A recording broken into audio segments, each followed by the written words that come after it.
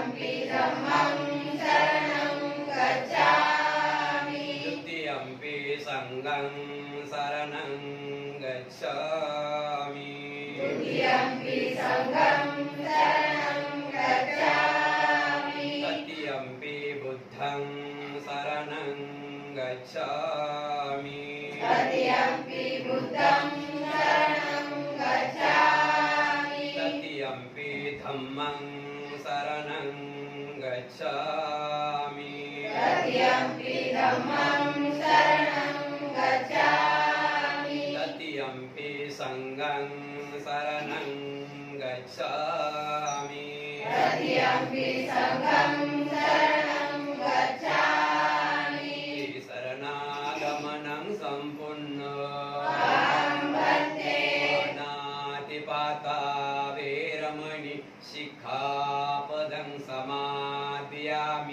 पानातिपाता वेरमणि सिक्खापदं समादयामि अदिन्नादाना वेरमणि सिक्खापदं समादयामि अदिन्नदाना वेरमणि सिक्खापदं समादयामि कामेषु मिच्छाचारा वेरमणि सिक्खापदं समादयामि कामेषु मिच्छाचारा वेरमणि सिक्खापदं समादयामि मुसावादा वेरमणि सिक्खापदं समादयामि मुसावादा वेरमणि सिक्खापदं समादयामि सुरामेरयमज्जपमादठाना वेरमणि सिक्खापदं समादयामि सुरामेरयमज्जपमादठाना वेरमणि सिक्खापदं समादयामि त्रिसरणेन साधिं पञ्चशीलं धम्मं साधुकं सुरक्षितं शीलं गत्वा अपमादेन सम्पादेतव्यम् वन्दे साधु साधु साधु अष्टशी पानातिपाता वेरमणि सिक्खापदं समादयामि पानातिपाता वेरमणि सिक्खापदं समादयामि अदिन्नादाना वेरमणि सिक्खापदं समादयामि अदिन्नदाना वेरमणि सिक्खापदं समादयामि अब्रह्मचर्या वेरमणि सिक्खापदं समादयामि ब्रह्मचर्या वेरमणि सिक्खापदं समादयामि मुसावादा वेरमणि सिक्खापदं समादयामि मुसावादा वेरमणि सिक्खापदं समादयामि सुरामेरयमज्जपमादठाना वेरमणि सिक्खापदं समादयामि सुरामेरयमज्जपमादठाना वेरमणि सिक्खापदं समादयामि विकालभोजना वेरमणि सिक्खापदं समादयामि कालभोजना वेरमणि सिक्खापदं समादयामि नत्सगित्तवादित तत्सवित्तवादित विसुखदर्शना सुखदर्शना मालागन्ध मालागन्ध विलेपनधारण विलेपनधारण मण्डन मण्डन विभूषणठाना विभूषणठाना वेरमणि वेरमणि सिक्खापदं समादयामि सिक्खापदं समादयामि ऊचासैना उच्चासेन महासैना महासेन वेरमणि वेरमणि सिक्खापदं समादयामि सिक्खापदं समादयामि त्रिसरणेन साधिं अष्टशीलं धम्मं साधुकं सुरक्षितं शीलं गत्वा अपमादेन सम्पादेतव्यम् वन्दे साधु साधु साधु भवतु सर्वमङ्गलं रक्षन्तु सर्वदेवता सर्वबुद्धानुधम्मानुसङ्गानुभावेन सदा स्वस्ति भवन्तु ते इच्छितं पतितं तुयं क्षिप्पमेव समीज्यतु सभे पुर्यन्तु चित्तसङ्कप्पा छन्दोपन्नरसो यथा आयुरायोग्य संपत्ति सग संपत्तिमेव च ततो निब्बान संपत्ति विनाते समीज्यतु तुम्हा सर्वांच्या इच्छा आकांक्षा पौर्णिमेच्या शीतल चंद्राप्रमाणे पूर्ण हो बुद्ध बलाने धम्म बलाने संग बलाने तुम्हा सर्वांचे कल्याण हो मंगल हो मंगल हो मंगल हो सुखी हो साधु साधु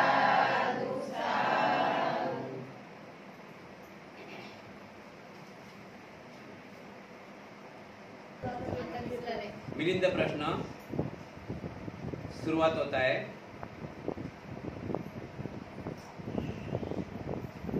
मनुष्य सदैव प्रयत्नशील असावे. मनुष्य सदैव प्रयत्नशील असावे. माणूस कसा असला पाहिजे? प्रयत्नशील असला पाहिजे. मनुष्य सदैव प्रयत्नशील असला पाहिजे. राजा म्हणाला, बनते आपण म्हणाला होता की सदस्थितीत दुःखाचा नाश करण्यासाठी आणि भविष्यात येणाऱ्या दुःखास पायबंद घालण्यासाठी म्हणून अगदी प्रवचित होतो. होय महाराज, असे सांगितले आहे. परंतु बनते आपण प्रवचित होऊन भिक्खू बनला. भिक्खू बनता ते पूर्वीजन्माच्या कर्मफळामुळे की या जन्मी त्यासाठी प्रयत्न करण्यासाठी. स्थवीर म्हणाले, महाराज, जे काही आहे पूर्वी जन्माचे कर्मफळ लाभायचे ते तर आपोआपच लाभणार, परंतु जे काही दुःख निर्वाणाच्या दृष्टीने करणे शिल्लक आहे त्यासाठी येथून पुढचे प्रयत्न करावे लागणार आहेत. कृपा करून उपमा देऊन स्पष्ट करून सांगा. महाराज, तहान लागल्यानंतर आपण एखादी विहीर किंवा तळे खोदावयास सुरुवात करता की काय, जेणेकरून पाणी पिवयास मिळेल? नाही बनते महाराज, याचप्रमाणे पूर्वी जन्माचे कर्मफळ तर आपोआपच लाभणार, परंतु जे काही दुःख निवारणाच्या दृष्टीने शिल्लक आहे त्यासाठी येथून पुढचे करावे लागणार आहे. कृपा करून दुसरे उदाहरण देऊन सांगावे. महाराज, भूक लागल्यानंतर आपण शेतीची मशागत, धानाची पेरणी, कापणी करावयास सुरुवात करता की काय, जेणेकरून भात खाण्याकरिता मिळावा? नाही बनते महाराज, याप्रमाणेच पूर्वी जन्माची फळे तर आपोआपच मिळतात, परंतु दुःख निवारणाच्या दृष्टीने करणे शिल्लक आहे त्यासाठी या जन्मात प्रयत्न करायचे असतात. कृपया पुन्हा उदाहरण देऊन समजावून सांगावे. महाराज, आपल्या विरुद्ध युद्ध सुरू झाल्यानंतर आपण खदक खोदणे, तटबंद उभारणे, दीपस्तंभ उभारणे, बुरुज बांधणे, सैन्यासाठी धान्याची जमवाजमी करणे, हत्ती घोड्यांना शिकवणी देणे, रथ, धनुष्य, तलवार इत्यादी कामे करण्यास आपण सुरुवात करता की काय? नाही बनते महाराज, त्याचप्रमाणे पूर्वी जन्माची फळे तर आपोआपच मिळतात, परंतु जे काही शिल्लक आहे त्या स्फूर्तीसाठी खरे प्रयत्न याच जन्मात करायचे असतात. भगवान बुद्धाने देखील म्हटले आहे की प्रसन्न राहून बुद्धिमान माणसाने असेच कार्य करावे की जेणेकरून त्यामुळे आपले हित होईल. जो मूर्ख गाडीवान विस्तीर्ण व सरळ मार्ग सोडून आडमार्गाने, खाच खड्ड्याच्या मार्गाने आपली गाडी हाकलून त्यामुळे गाडीचा कणा मोडून तो संकटात सापडतो. तदत्त हे मूर्ख व दुबळ्या मनाचे लोक सदमार्गाकडे दुर्लक्ष करतात आणि अधर्माच्या नादी लागून मृत्यूच्या जबड्यात जाऊन पडल्यावर आपला नाश पाहून पराभव पत्करून अंतःकरणात दुःखी होतात. यांचे जागी ठेवून शहाणे माणसाने दृढतापूर्वक कार्यसिद्धीता करिता सतत प्रयत्न करीत राहावे. विषय आहे मनुष्य जन्म हा लाभला, हा खूप छान आहे आपल्यासाठी. मनुष्य जन्म लाभला हा खूप छान आहे. मनुष्य जन्म लाभणे हा खूप कठीण आहे, म्हणजे आपलं दुर्भाग्य असं म्हटलं जाते आहे. 84,000 एवढ्या फिरावं लागतात. किती हजार एवढ्या फिरावं लागतात? 84,000. आणि 84,000 एवढ्या फिरवण्यामध्ये मग त्यात प्राणी आहेत, चिवळ आहे, माकड आहे, जीव आहे, जंतू आहे, उडणारे आहेत, पाण्यातले आहेत, तळपळणारे आहेत, हवेतले आहेत, आकाशात जाणारे आहेत, वादळात राहणारे आहेत. 10 दिशाला पशु पक्षी प्राणी जीव जंतू आहेत. त्यामध्ये आपण सर्वात महत्वाचा मुद्दा म्हणजे मानव जन्माला आलेलो आहोत. कारण आपल्याला सत्य समजते, वाईट काय आणि चांगलं काय, बुरं काय आणि भलं काय हे समजते. मग हे समजल्यानंतर आपण जागृत राहायला पाहिजे ना. सदैव प्रयत्नशील राहायला पाहिजे ना. तर प्रश्न काय होऊन राहिला, ज्यावेळेस आपल्याला तहान लागली त्यावेळेस आपण विहीर खोदतो काय, तर त्या विहिरीचा फायदा आहे काय. नागसेन म्हणतात, भंते नागसेन महाराज म्हणतात नागसेनांना की भंते तुम्ही हे प्रवज्या का घेतली, काय पुढील जन्माचा दुःखाचं तुम्हाला काय भोग सोचावं लागते काय, पुढील जन्माच्या दुःखाचा काय तुम्हाला भोग सोचावं लागते काय, म्हणून तुम्ही प्रवज्या घेतली. त्यावेळेस स्थवीर म्हणतात की महाराज तसं नाही, ते दुःख तर आपोआपच होणार आहे, पण आपण प्रयत्नशील राहावं, तेही आपण कमी करू शकतो. जर आपण प्रयत्नशील राहिलो तर ते आपण कमी करू शकतो. आता आपण एक उदाहरण घेऊ याच्यावरून, नंतर देऊया. तर म्हणते परंतु आपण प्रवचित होऊन भिक्खू बनता व पूर्वी जन्माच्या कर्मफळामुळे की या जन्मी त्यासाठी प्रयत्न करण्यासाठी. म्हणते मला असं वाटत नाही की तुम्ही प्रवज्या का घेतली, तर पूर्वी जन्माच्या कर्मफळामध्ये कर्मफळाचं माप व्हावं म्हणून तुम्ही प्रवज्या घेतली काय, नाही. म्हणते म्हणतात नाही, जे काय आहे ते दुःख सोचणं, दुःखाचा मार्ग म्हणजे जे काय आहे ते कुठल्याही प्रकारे संकट येऊ नये त्यासाठी आम्ही प्रवज्या घेतलेली आहे, म्हणजे दुःखाचा नाश करण्यासाठी. आता पूर्वी आपण काय केलं आणि नाही केलं, भूतकाळामध्ये, कालचा भूतकाळामध्ये कोण काय केलं नाही केलं माहित आहे काय. आपण सकाळी काय केलं तर आता माहित नाही, आपण सकाळी काय केलं तर आता माहित नाही, तर भूतकाळातलं आपल्याला माहित आहे काय. म्हणून जे काय केलं आहे नाही केलं, जे काय केलं आहे नाही केलं तसं समजते, पण लक्षात ठेवा तसं आपण पूर्वी जन्मात काय केलं नाही केलं ते पण सुद्धा समजते, पण त्याला ध्यान करावं लागेल. त्याला आपल्याला टाइम कुठे आहे, आपल्याला टाइम कोणासाठी आहे की दुसरा कसा राहते, कसा वागते, कुठं चालला, काय चालला, हे आपल्याला टाइम आहे. आपला जो फुल टाइम आहे त्यासाठी, आपला जो फुल टाइम आहे, कसा राहते, कशी बसते, कसा चालते, कसा असते, याच्यासाठी आपल्याला फुल टाइम आहे. आणि आपल्यासाठी आपल्याला थोडाही टाइम नाही, विहारात त्याला टाइम नाही. तर आपल्या मनाचं म्हणजे आपल्या आयुष्याचं काय, आपलं आयुष्य काय आहे याच्याबद्दल आपल्याला जाणं नाही. आपण कोण आहोत हे आपल्याला माहित नाही, अजून आपण कोण आहोत हे आपल्याला माहित नाही. आपल्याला जर माहित पडलं की आपण माणूस आहोत तर नक्कीच आपण माणसासारखं वागू शकतो. आपल्याला माहितच नाही आपण माणूस आहोत, चल रे गाडी, खाओ पिओ मजा करो, खाओ पिओ मजा करो, काय माहित पडी. म्हणून की पूर्वी जन्मामध्ये काय केलं नाही केलं तो भागलं काय, पण आपल्याला जाणून आहे की आपल्या हातून काहीतरी कळत न कळत काही अकुशल कर्म घडत आहे. तर आता आपण जागृत आहोत, आता आपल्याला समजते, म्हणून ते काय झालेलं आहे ते आज आपल्या हातून होऊ नये. जागृत राहावं, सदैव तयार राहावं, काय झालेलं ते आज आपल्या हातून होऊ नये याच्यासाठी आपण जागृत राहायला पाहिजे, प्रयत्नशील राहायला पाहिजे. मी काल जे केलं ते आज करणार नाही, अशा प्रकारे आपण जागृत राहायला पाहिजे. स्थवीर म्हणाले महाराज जे काही पूर्वी जन्माचे कर्मफळ लाभायचे ते तर आपोआपच लागणार, परंतु जे काही दुःख निर्माणाच्या दृष्टीने करणे शिल्लक आहे त्यासाठी इथून पुढचे प्रयत्न करावे लागणार आहेत. महाराज जे काही घडत आहे, जे काही घडलं त्याच्याबद्दल तर आहेच आहे, पण आता माझ्या हातून पुढील जीवनात म्हणजे पुढील आयुष्यात माझ्या हातून कुठल्याच प्रकारे असं वाईट काम होऊ नये त्याच्यासाठी मी हे प्रयत्न करत आहो.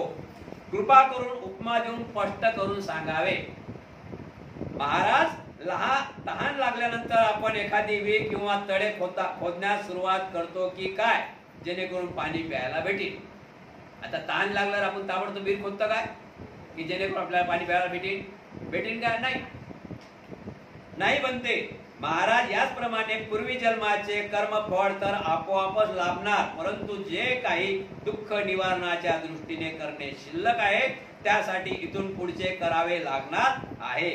कृपा करून दुसरे उदाहरण देऊन सांगावे. महाराज भूक लागल्यानंतर आपण शेतीची मशागत, धान्याची पेरणी, कापणी करण्यास सुरुवात करता की काय, जेणेकरून भात खाण्याकरिता मिळेल, नाही बनते. महाराज त्याचप्रमाणे पूर्वी जन्माचे फळे तर आपोआपच मिळणार, परंतु दुःख निवारणाच्या दृष्टीने शिल्लक करणे, दुःख निवारणाच्या दृष्टीने करणे शिल्लक आहे त्यासाठी या जन्मात प्रयत्न करायचे असतात. कृपा करून पुन्हा उदाहरण देऊन समजावून सांगावे.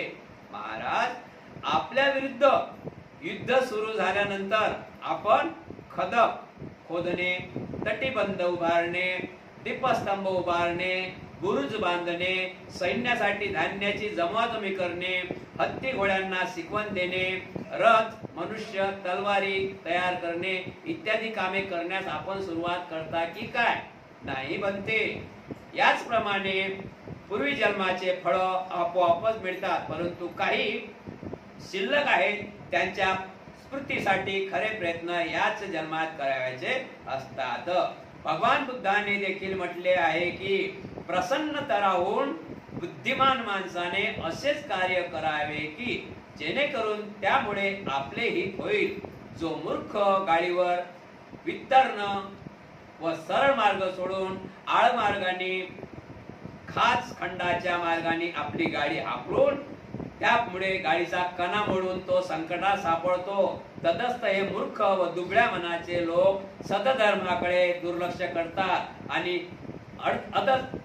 अधर्माच्या नांदी लागून मृत्यूच्या जबड्यात जाऊन पडल्यावर आपला नाश पाहून पराभव पत्करून अंतःकरणात दुःखी होतात. त्यांची जाणीव ठेवून शहाण्या माणसाने दृढतापूर्वक कार्यसिद्धता करिता सतत प्रयत्नशील राहावे. भंते म्हणतात की महाराज तुम्हाला आता भूक पण लागली, उदाहरणार्थ भूक लागली तर तुम्ही आता भूक लागलाय तर तुम्ही त्या शेताची किस्तगारी करसान काय, पेरणं करसान काय, काही पेरणं करसान काय, त्याची किस्तगारी करसान काय, त्याला पेरणी झाल्यानंतर ते झाड ते पीक येईल त्यावेळेस तुम्ही जेवसान काय? नाही. मग अशा प्रकारे आतापासून म्हणतात ना थेंबे थेंबे तळे साचे, आतापासूनच आपण त्या कार्याला लागायचं आहे. पुढे आपल्याला माहित आहे भविष्य काय, भविष्य सर्वांना माहित आहे बरं काय, सर्व जाणतात भविष्य काय. मग आजपासून जर त्या भविष्याचा आपण विचार केला तर भविष्य टळणार की नाही टळणार? भविष्य टळेल की नाही टळणार? म्हणून माणसाने सदैव रात्री बेरात्री दिवसा सदैव प्रयत्नशील राहायला पाहिजे. माणसानं जागृत राहायला पाहिजे. जे उद्या संकट आहे त्या आजपासूनच तयारी करायला पाहिजे. पूर्वी जन्माचं तर फळ भेटणारच आहे. आता पूर्वी जन्माच्या फळाकडे आपण बघूया. श्रावस्ती नगरामध्ये 999 लोकांची हत्या केली अंगुलीमाल टाकून. त्यांचं नाव काय? तर अंगुलीमाल. त्यांनी तो एका माणसाला मारे आणि एक कणगाई कापायची तो आणि त्याच्या गळ्यात हार करत राहायचा. असे 999 लोकांची हत्या केली आणि ते त्या गावचे लोक सुद्धा सांगतात, आजही प्रसिद्ध आहे. श्रावस्ती नगरी जैतवन आपण जातो अजूनही प्रसिद्ध आहे. म्हणजे तिथला इतिहास आहे. त्याच गावचे किती लोक मारले, त्या गावचे किती लोक मारण्यात आले की असे मारण्यात आले की त्या जो अंगुलीमाल नावाचा डाकू ज्या डोंगरात राहत होता, ज्या गुह्यात राहत होता, त्या ठिकाणच्या जमिनी वसाड पडल्या होत्या. कारण की ती शेतीच कोणी करेना. शेती करायला गेला की याने त्याचा घात केला. असा तो क्रूर डाकू होता. आणि काही कारणास्तव भगवान बुद्धांना त्याच्यावर करुणा निर्माण झाली आणि भगवान बुद्धांनी विचार केला की हा याच्याजवळ मनुष्य सत्व जिवंत आहे, याचं मनुष्य सत्व जिवंत आहे, पण हा भरकटलेला आहे. म्हणून प्रत्येक माणसाचं मनुष्य सत्व जिवंत असते, पण आपण कोणाच्या ऐकल्यानं भडकतो किंवा कोणाचं पाहून भडकतो, बरोबर आहे की नाही? तर अशा प्रकारे आपण भडकलो नाही पाहिजे, भटकलो नाही पाहिजे. आणि नंतर भगवान बुद्धांची करुणा झाली आणि बुद्ध स्वतः त्याच्याकडे गेले आणि त्याला यही भिक्खवे म्हटलं आणि त्याला चिवर प्रदान केलं. आणि चिवर प्रदान केल्यानंतर त्या अंगुलीमाल नावाच्या डाकूनी 999 लोकांची हत्या करणाऱ्या व्यक्तीने ज्यावेळी त्या ठिकाणी आमच्यासारखे भिक्खू होते जेतवनात, त्यांच्या अगोदर अर्पण प्राप्त केलं. म्हणजे पाठीमागलं धुतल्या गेले की नाही, साफ केले की नाही, म्हणजे चांगलं काम करून राहिलं ना, म्हणून साफ केलं. अशा प्रकारे आपण मनुष्यानं सदैव प्रयत्नशील राहिलं पाहिजे. आपल्याला समजते, आज आपण अजून उदाहरण घेऊया. आपल्याला एक समजते की आपल्या मुलाचं किंवा मुलीचं लग्न करायचं आहे 2 वर्षांनी. आज 18 वर्ष चालू आहे, 21 वर्षांना मुलाचं किंवा मुलीचं लग्न करायचं आहे. आजपासूनच आपण त्याच्या तयारीत लागलं तर ते लग्न सहज होईल की नाही? होईल ना सहज. पण आपण प्रयत्न करत नाही. आपली कशी गोष्ट आहे, अशी आहे आपली गोष्ट कशी चालली की एक व्यक्ती खूप उपाशी होता. म्हणजे उपाशी होता 2 दिवसापासून, जेवणच नाही त्याला. जेवण नाही तर मग काय वैतागला. घरचे काही जेवण देतील त्याला, तो काही काम करायचा नाही. आला की खाटीवर झोपून तो काही कामच करायचं नाही. मग त्याला कोण जेवण देईल? घरचे लोक जेवण देतील काय? एक दिवस देतील, 2 दिवस देतील काय? मग रोजच देतील काय? मग त्याला बोलला त्याच्या घरचे लोक की तू फक्त येतात टपकू मारायला जेवण करतं निघून जातं. हा, दिवसभर झोपून राहतं. आता माणसाला राग ते येतेच. राग आहे ना, राग हा माणसाला आहे. तो चांगला असो या वाईट असो. फक्त एक आहे की चांगला माणूस त्या रागावर नियंत्रण ठेवते आणि अज्ञान माणूस तो राग धरून चालते. मग तो राग त्यानं काय केलं? आपण कशा लक्षात ठेवायचा? माणसाने प्रयत्नशील राहायला पाहिजे. मग त्यात आपण कशा हा विषय चालला. तर काय झालं की मग तो राग गेला. आपलं थैली घेतली कपड्याची आणि निघाला राग. आता कोणाकडे जाव? या बहिणीकडे जाव की त्या बहिणीकडे जाव आणि निघाला राग. थैली तर घेऊन निघाला. पण निघता दुपारचा टाइम झाला. आता याला पहिले रात्री जेवण नव्हतं आणि सकाळी काही नाश्ता नाही. आता दुपारी झाली. मग आला थकवा, चालत चालला ना, याला थकवा आल्यानंतर एका शेतामध्ये त्याला लांबवरून दिसलं जांभुळीचं झाड. जांभूळ दिसले. तर याला वाटलं जांभुळी झाड मस्त टोलबाज असते आणि याला वाटलं आता आपण त्या जांभुळी झाडाखाली थोडं आराम करू आणि पुढे मग आपल्या ज्या काही ठिकाणी त्यांनी निश्चय केलं त्या ठिकाणी जावं. आता तो झोपला उपाशी. आता उपाशी झोपला तो उपाशी होता. त्याला झोपला की काय? इकडे पाय तिकडे पाय, इकडे कळफे तिकडे कळफे, कसे झोपला की? त्याच्या पोटातच काही नाही. हा, पण आता निसर्ग म्हणा हवा सुटल्यानंतर जांभूळ त्याच्या नाकाच्या आणि होटाच्या मध्ये पडली. कुठं पडली? नाकाच्या आणि होटाच्या मध्ये पडली. त्याला वाटलं की हा बात आहे, बहुत बढिया. एक जांभूळ खाल्ली तरी माणसाचं पोट भरते. पण लक्षात ठेवा, एक तिळाचा दाणा खाल्ला तरी पोट भरते. एक दिवसात एका तिळाच्या दाण्यावर एक माणूस एक दिवस राहू शकते. 3 गिलास पाणी. माझा एक जांभूळ पडली माहिती घेऊन जांभूळ पडली त्याच्या अचानक. तो तोंडवर होतं त्याचं. तर तोंडावर भळ असेल जांभूळ पडली त्याच्या होटाच्या आणि नाकाच्या मध्ये. फसली तिथं जांभूळ फसल्यानंतर याने विचार केला की बरं झाला, आता खूप चांगलं झालं, आता हे जांभूळ खातो. झाली त्याची इच्छा. वास येऊन लागला, नाकावर पडली ना बाजूनं. हा, पिकलं जांभूळ वास येऊन लागला चांगला. आता काय करा त्यानं? अधिक विचार आला. काऊन की माणूस कसा असावा? प्रयत्नशील असावा ना. काय हातपाय हलवले तर काय होईल? आता हातपाय हलत नाही तर कसं होईल? पण हा सुस्ताळ होता. प्रयत्नशील म्हणजे जरा त्याला प्रयत्न करायची काही गरजच नाही. देगा तो खायगा, नाही तो भुका राहिला, अशा टाईपची त्याची गती होती. आणि विचार करून राहिला. आता इकडे पाहते तिकडे पाहते, कोणी येते काय, जास्त पाहिजे तर हे पडते. अशा विचार चालला. करता त्याच्या मनाने विचार केला. त्यांनी स्वतः मनाला विचार केला की कोणी जर आलं हे जांभूळ लोटले आपल्या तोंडात की आपण खाऊ. त्यांची वाट बघून राहिला. कोणी जर आलं तो जांभूळ आपल्या लोटली आपल्या तोंडात की आपण खाऊ. आता वाट पाहिजे. जास्त इकडे मान नाही करताय, जास्त तिकडे मान नाही करताय. वर काय दिसे मानते सिंग कोणी येते की नाही? वरते काय माणूस दिसून आला कोणी येऊन आलं की नाही? ते जांभळच दिसतात. अधिक वाट पाहिजे, अधिक पडली पाहिजे. जांभूळ कशी पडली? ते निसर्गाने हवाने पडली. तर शेवटी ते जांभूळ करता ते नाकाच्या बाजूने पडली. इकडे तिकडे पाय धावतला. कोणीतरी धक्का मारी. पण ते जांभूळ त्यानं काय खाल्ली नाही. तसा शेवटी उपाशीच राहिला. म्हणून असा माणूस नसला पाहिजे. माणूस प्रयत्नशील असला पाहिजे. पाण्यात पडलो तर आपण काय करतो? वाचण्याचा प्रयत्न करतो ना. हा, पाण्यात करा पण सुस्त म्हणा. अशा माणसं जर असतील त्यांना म्हणा चला आपण चैत्यभूमीला जाऊ आणि चांगलं मस्त न्या. अशा सुस्त माणसाला न्या आणि त्याला म्हणा काहीच करतो का? तर तिथं का प्रयत्न करते की नाही? अशा प्रकारे माणसाने प्रयत्नशील राहायला पाहिजे.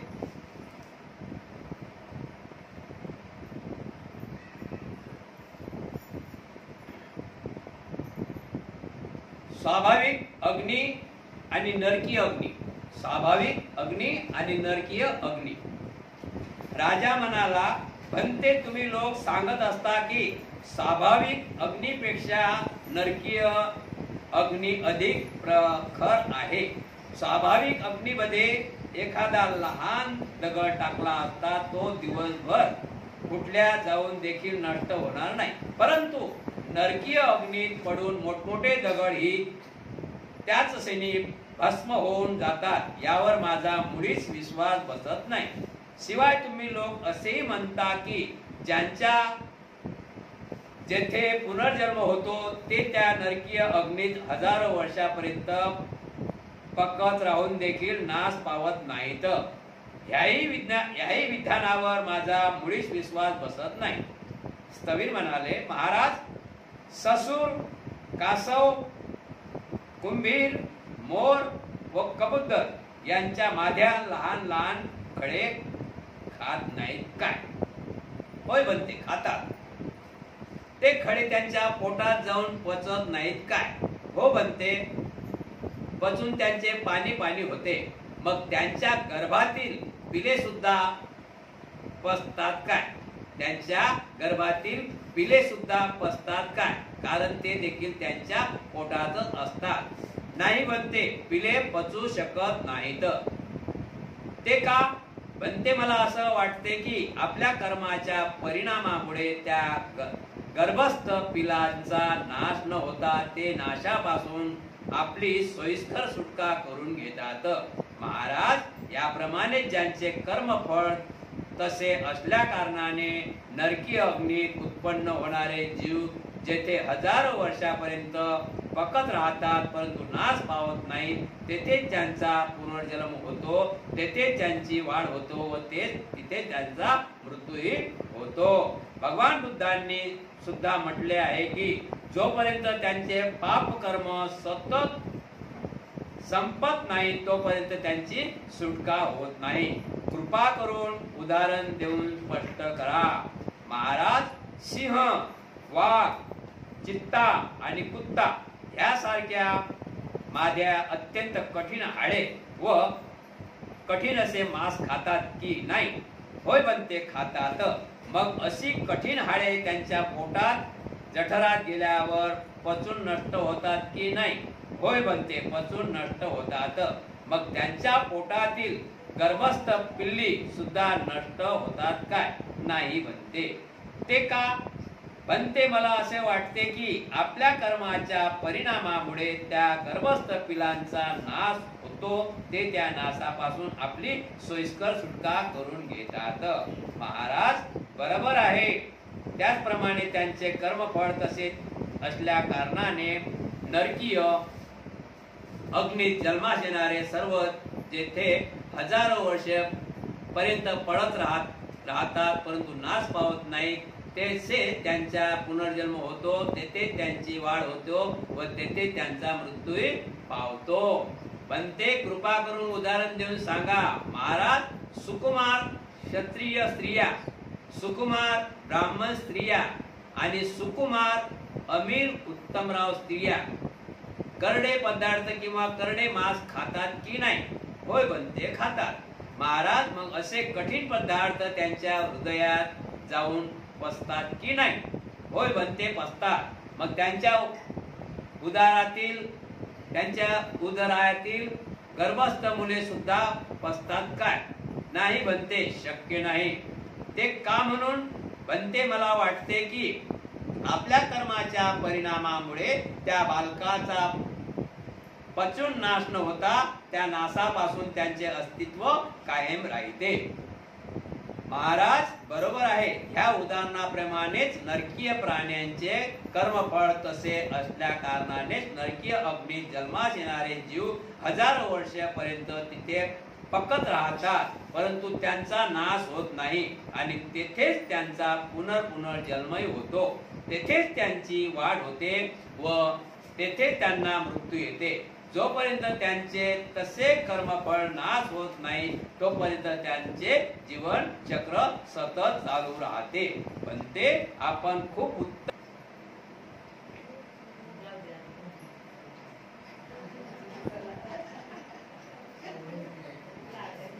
बनते. नागसेनांना महाराज म्हणतात की आईच्या हृदयाचे बाळ असते. एक मोर आहे, सुअर आहे, कासव आहे, कुंभीर आहे, कबूतर आहे, हे दगड खातात ना, दगड खातात. तर त्याच्या गर्भात पिलं असतात तर त्यांना ते दगड मिळतात का खायला? कारण की आई जे खाते त्याचं पाणी पाणी होते. तर त्यांच्या म्हणजे हे कर्मात कोणाच्या? आईच्या. बालकाच्या कर्मात नाही. शेवट आता आपण आपल्या हिशोबाने थोडंफार समजून घेऊया. तर बघा, आपण बघतो गरीबाच्या घरात जन्माला कोण येते? श्रीमंताच्या घरात जन्माला कोण येते? हे लक्षात ठेवा. याचं कारण काय? गरीबाच्या घरात गरीबच जन्माला येते आणि श्रीमंताच्या घरात श्रीमंतच जन्माला येते. याचं कारण आपण शोधूया की ज्या घरातून कधी पुण्य फळाचा लाभ त्यांना समजतच नाही, त्या घरामध्ये ते चिखलत राहतात. जसे नाली गटरमध्ये जंतू आहेत, ते पुनर्जन्म घेतील तरी त्या नाली गटरमध्येच राहतील, असं सविरांनी सांगितलेलं आहे.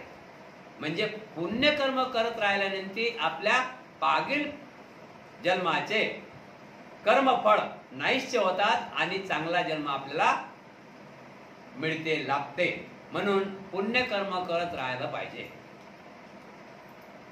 अजून दुसरा विषय की एक व्यसन खूप आहेत आपल्यामध्ये. व्यसन खूप आहेत ना, अनेक प्रकारची व्यसन आहेत.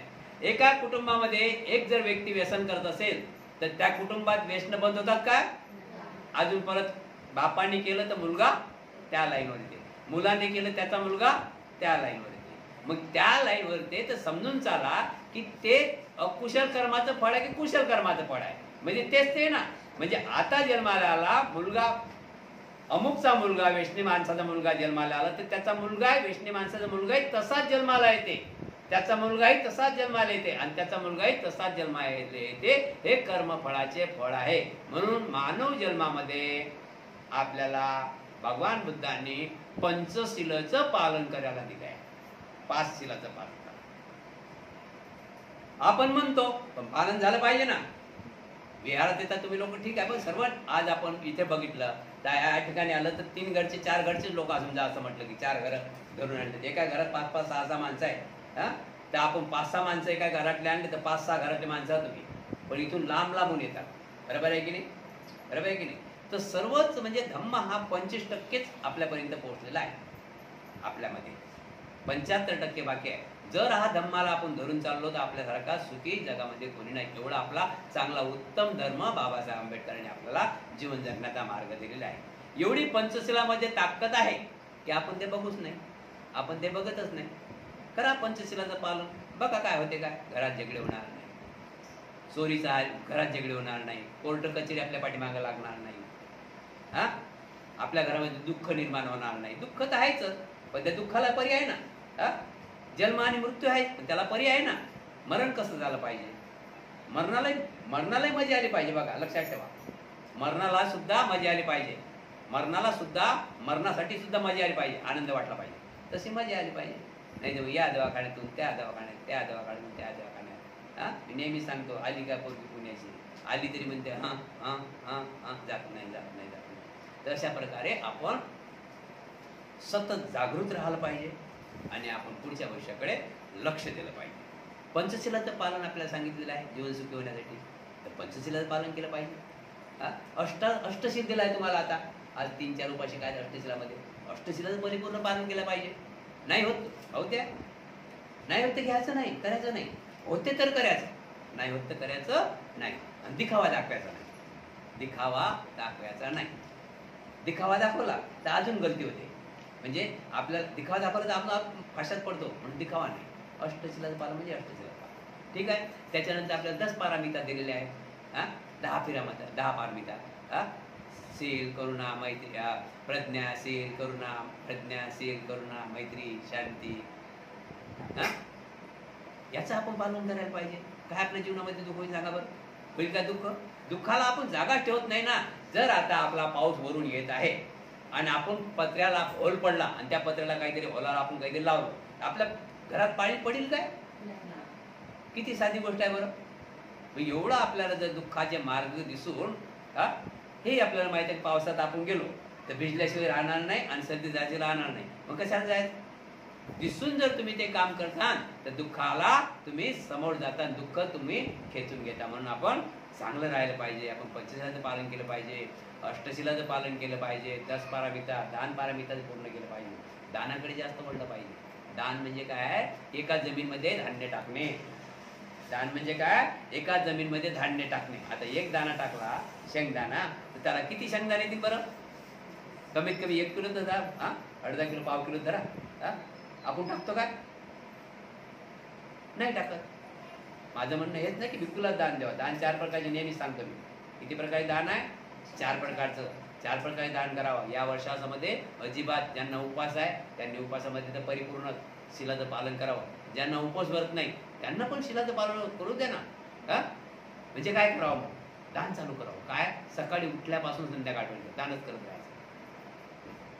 दान म्हटलं की आला पैसा. दान म्हटलं की आला पैसा. पण फक्त पैसाच दान नाही. पैसा दान नाही. तर 4 प्रकारे दान आहे. किती प्रकारे दान आहे? काया, वाचा, मनाने आणि धनाने. कायचं काम पडत ते काय दान करीन. आता उदाहरण कायचं दान. आता तुम्ही रस्त्याने चालले, एखादा छोटा मुलगा पडला रस्त्यात, त्याला उठता येत नाही, तर त्याला काय म्हणसान, आम्ही आता विहारातून आलो, म्हणते तुला आम्हाला सांगितलं दान करायचं, हे 500 रुपये घे आणि बस इथंच. पावन म्हणते त्याला दान. त्यासाठी काय करायला तुम्हाला?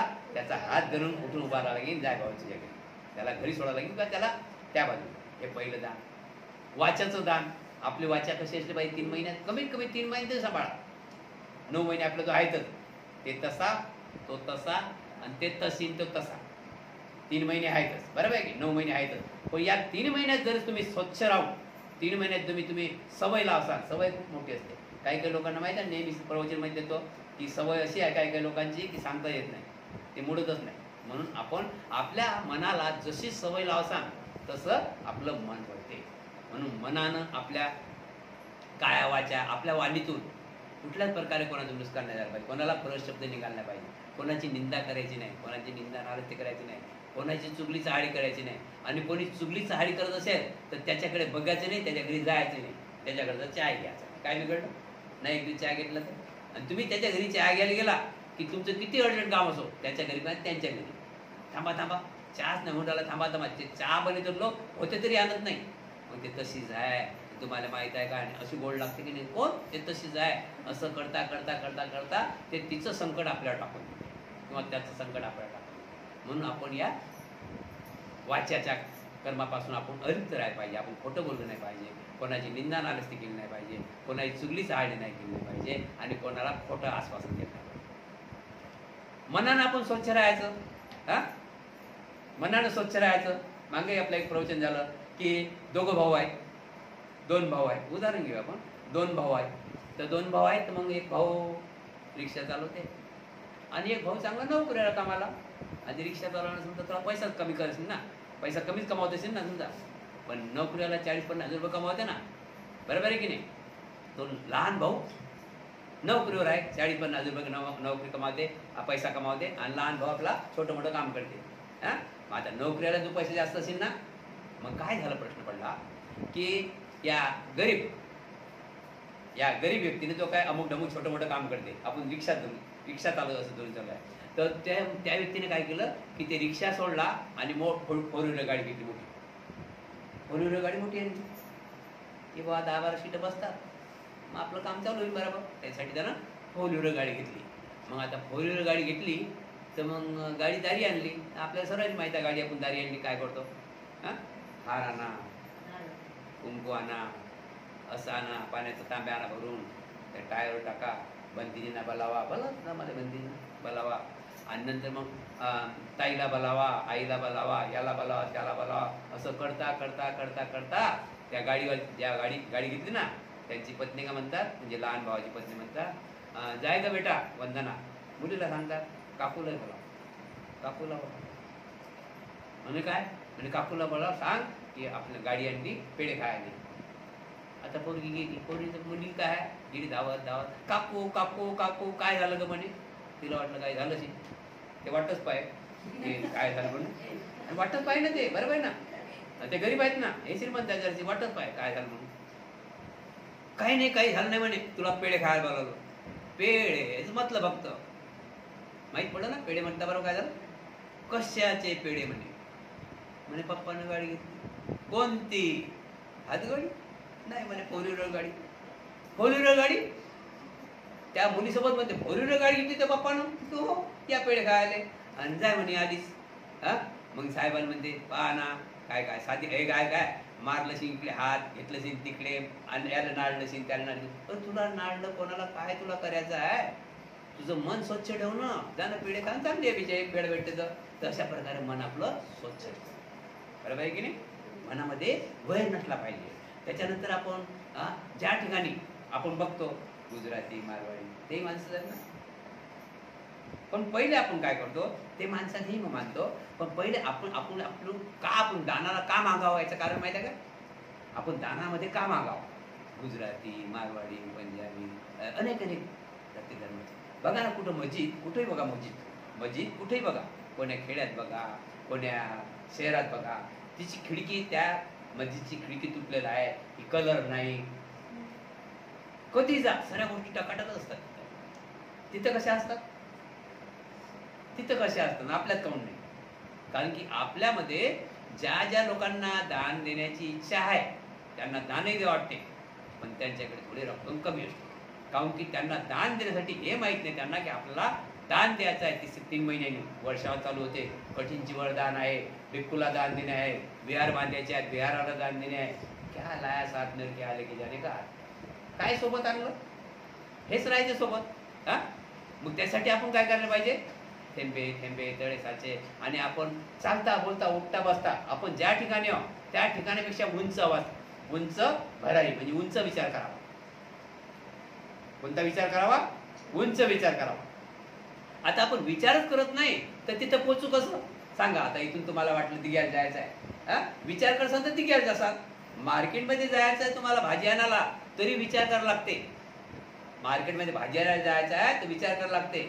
मग जशी भाजी आहे तशी थैली उचलता. आणि एवढी भाजी असली तर ती थैली घेऊन जाता का? म्हणजे विचार केला तर पुढे काम होईल ना. आता आपल्यामध्ये विचारच नाही म्हणून आपल्यामध्ये विचार नाही म्हणून आपल्याजवळ आर्थिक कमी येते. आर्थिक कमी म्हणून दान देता येत नाही.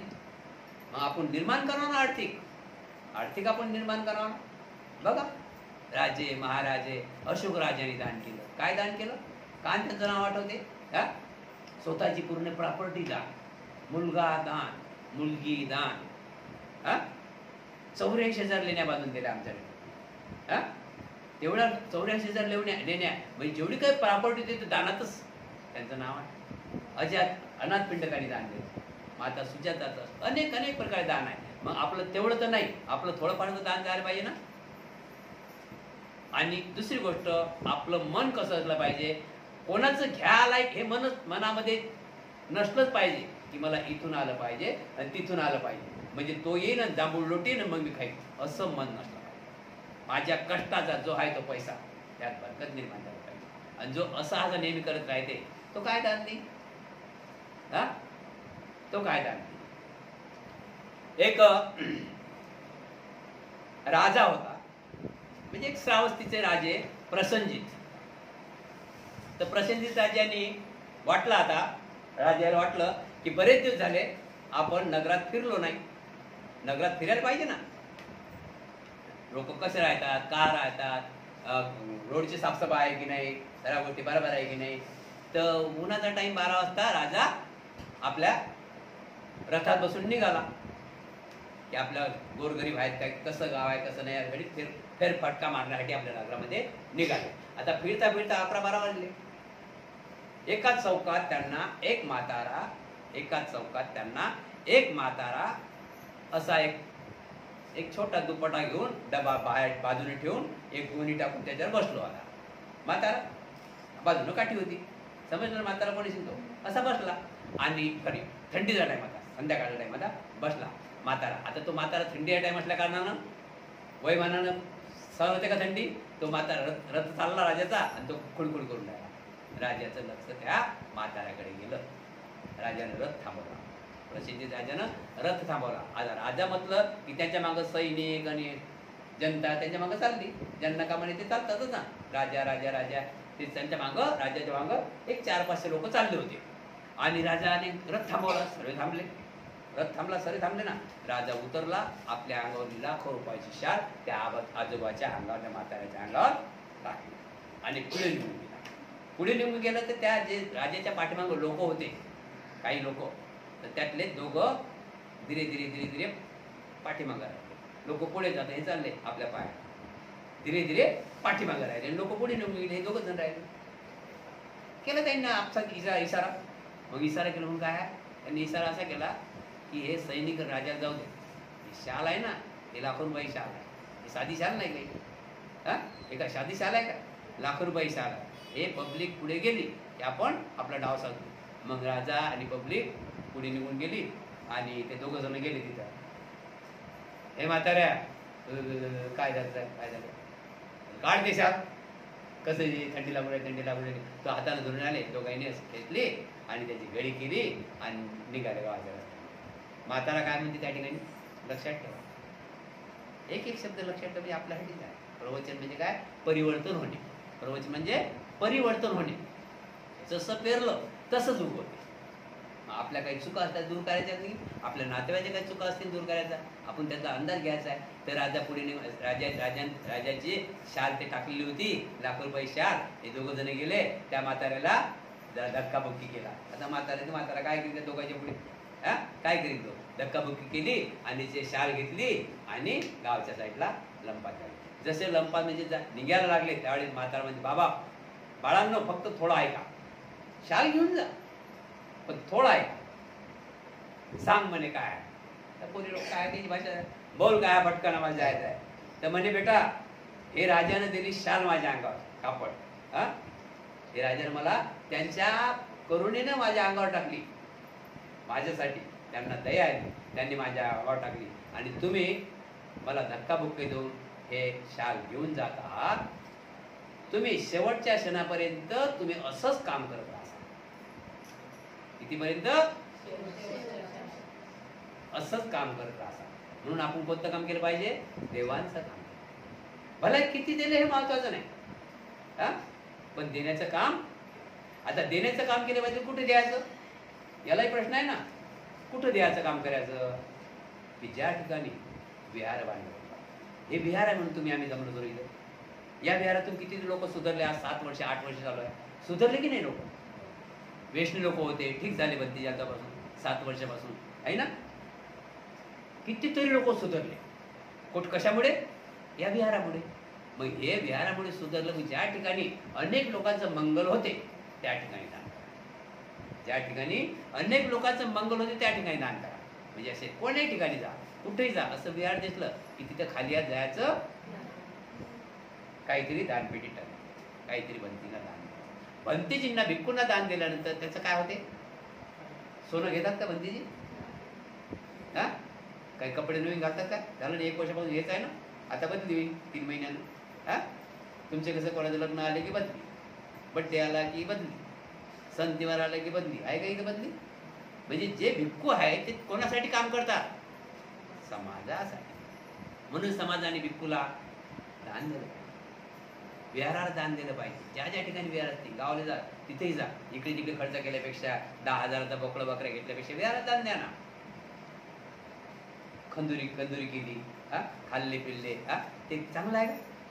तेच जर असं काही काय काम असेल तुम्हाला, किंवा कोणाच्या स्मृती दिवसानंतर काही दान करायचं असेल तर विहारात दान, तिथं जा.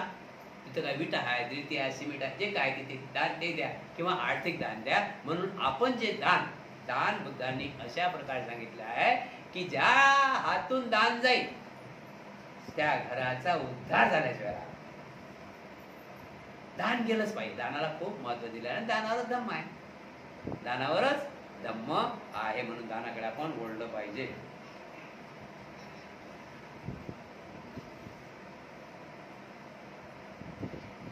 जगाचा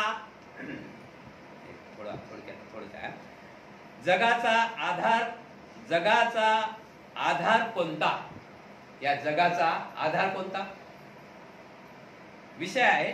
जगाचा आधार कोणता. राजा म्हणाला, म्हणते तुम्ही लोक म्हणता की पृथ्वी पाण्यावर थांबली आहे, पाणी हवेवर थांबले आहे आणि हवा अंतराळावर थांबली आहे. या विज्ञानावर सुद्धा माझा विश्वास बसत नाही. पण ते तुम्ही म्हणता की हे जग या पृथ्वीवर उभा आहे.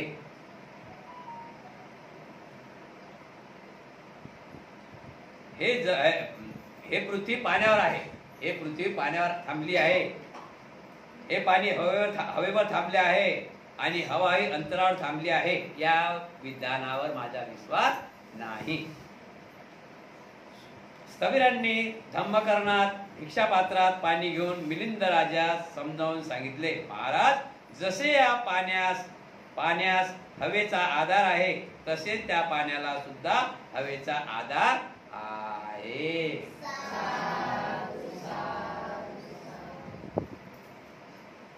निरोध आणि निर्वाण. निरोध आणि निर्वाण. राजा मनाला म्हणते, निरोध होणे म्हणजे निर्वाण आहे काय? होय महाराज, निरोध म्हणजेच निर्वाण होय. बनते, निरोध होणे म्हणजे निर्वाण हे कसे काय? महाराज, सर्वच मूर्ख माणसे सांसारिक इंद्रिय व विषय सुखाच्या उपभोगात मग्न राहतात. त्यातच आनंद मानतात. त्यातच गर्क राहतात. त्यास एकदम चिटकून राहतात. मानवाची लालसा म्हणजे एखाद्या महापुरुषाची दुधडी भरून येते. महापुराची दुधडी भरून येते आणि अशा महापुरात व्यक्ती वाहून जातात. त्यामुळे वारंवार जन्म, वृद्धत्व, मृत्यू, शोक, वेदना, खेद, निराशा यामधून त्याची सुटका होत नाही. थोडक्यात दुःखाची त्याची मुक्तता होतच नाही. महाराज म्हणतात, बनते, तुम्ही सांगता की निरोध आणि निर्वाण हे एकच आहेत काय? निरोध आणि निर्वाण हे एकच आहे काय? तर निर्वाण हे एकच आहे. निर्वाण प्राप्त होणे म्हणजे काय? सर्व दुःखातून मुक्तता मिळणे, तर निर्वाण प्राप्त होते. त्यावेळेस राजाला बनते समजावून सांगतात की राजा, हे गृहस्थी लोक क्षणिक सुखाला आपापलेले आहेत. जिथं क्षणिक सुख तिथं हे पहिले जातात. हे संसारात गुरगुळलेले आहे. मी, माझं, माझी नात, माझा नातू, माझे हे, माझे ते यात निर्भाळणारे आहे. म्हणून यांना आजार नडलेला आहे, म्हातारपण नडलेला आहे, शोक नडलेला आहे, वेदना होतात. बघा ना, आपली मुलगी, आपला मुलगा किंवा मुलगी घरी नाही आली तर वेदना होतात ना आपल्याला. कुठे गेलीशीन, काय गेलीशीन, कुठे गेलीशीन, काय गेलीशीन, असं वेदना होतात. यांना निर्वाण प्राप्त कसं होईल बरं? यांना निर्वाण प्राप्त होऊ शकते काय? परंतु महाराज, शहाणे लोक भगवंताचे अनुयायी अशा इंद्रिय व विषय सुखाच्या मोहाजाळात फसत नाही. त्यात ते आनंद मानत नाही किंवा त्यात गर्क होऊन चिटकून राहत नाही. त्यामुळे त्यांची लालसा, तृष्णा निरोध पावते. लोभ निरोध पावल्यामुळे जीव इच्छा निरोध पावते. जीव इच्छा निरोध पावल्यामुळे पुनर्जन्म थांबतो. पुनर्जन्म नसल्यामुळे जन्म, वृद्धत्व, मरण, शोक, वेदना व निराशा इत्यादी सर्व दुःख समूह जागच्या जागीच थांबतो. अशा दुःखांचा अंत घडतो. यालाच म्हणतात निर्वाण. याप्रमाणे महाराज, निरोध होणे म्हणजे निर्वाण होय.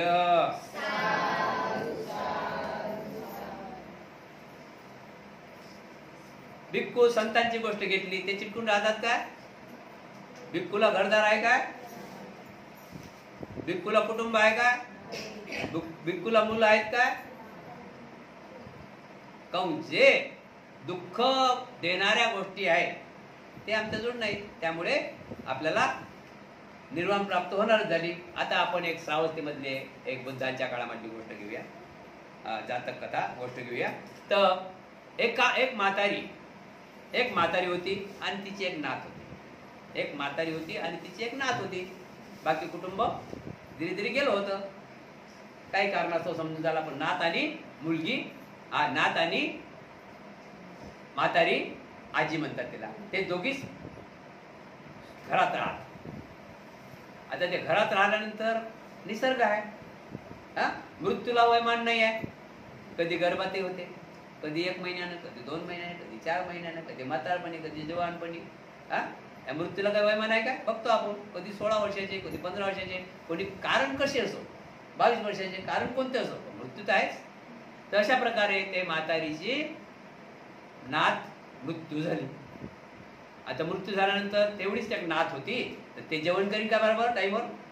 तिचं खायत मन लागेल का? नाही ना. असं आहे तिथे कसं खायत मन लागेल? तेच मुलगी होती, हा, दुकानावर जाय ग, हे आण ग, ते आण ग, अंगावर टाक ग, पाणी ठेव ग, आणि ते हातची निघून गेली लाडकी मुलगी. निसर्गानं दुःख दिलं तिला आणि तिचा मृत्यू झाला, तर ते कशी सुखी राहील? नाराज झाली. मग ते बेचैन झाली, मग खाय ना पिये ना. मग अशाच म्हाताऱ्या कुत्र्या गेल्या, बाई ग तू अशी नाराज नको राहू, झालं ते झालं, आता किती रडत बसली तू वापस येईल काय? नाही येणार. मग तू आता चांगली राहा. कशी चांगली राहू म्हणे? कसं माझ्या खाण्यात मन लागेल? तर या गावच्या महिलांनी तिच्या मित्रमंडळीने सांगितलं की आता हिची मनस्थिती काही बरोबर नाही. तर आता काय करावं की श्रावस्तीमध्ये बुद्ध राहत होते जन्मनाथ.